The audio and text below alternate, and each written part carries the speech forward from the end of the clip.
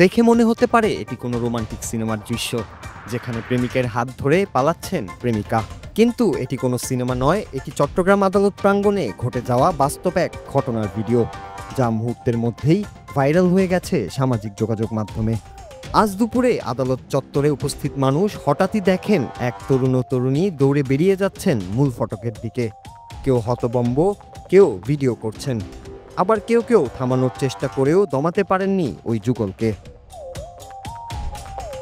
জানা গেছে মেয়েটিকে তার পরিবার আদালতে এনেছিল একটি পারিবারিক বা সম্পর্কজনিত মামলার শুনানির জন্য।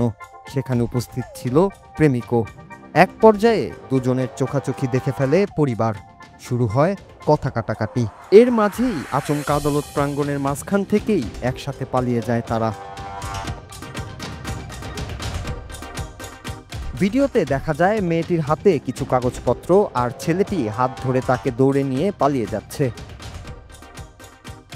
পেছনে ভিড়, চিৎকার আর সামনেই যেন স্বাধীনতার দৌড়, ঠিক যেন সিনেমার ক্লাইম্যাক্স।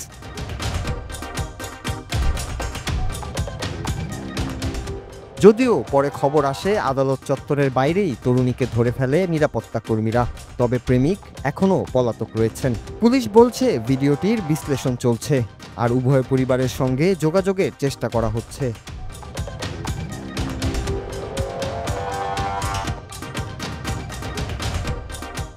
তবে এরই মধ্যে নেটিজেনরা ভাগ হয়ে পড়েছেন দুই দলে। কেউ বলছে এটাই তো আসল ভালোবাসা, আবার কেউ বলছেন আদালত প্রাঙ্গণে এমন কাণ্ড শোভা পায় না। তবে যাই হোক, ঘটনাটি এখন পুরো দেশের আলোচনার কেন্দ্রবিন্দু। আর সেই ভিডিও এখন ফেসবুক, টিকটক, ইনস্টাগ্রামের পাতায় ছড়িয়ে পড়েছে আগুনের মতো।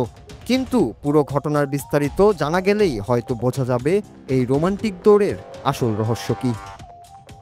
নূর Raju, Bangla TV, news desk.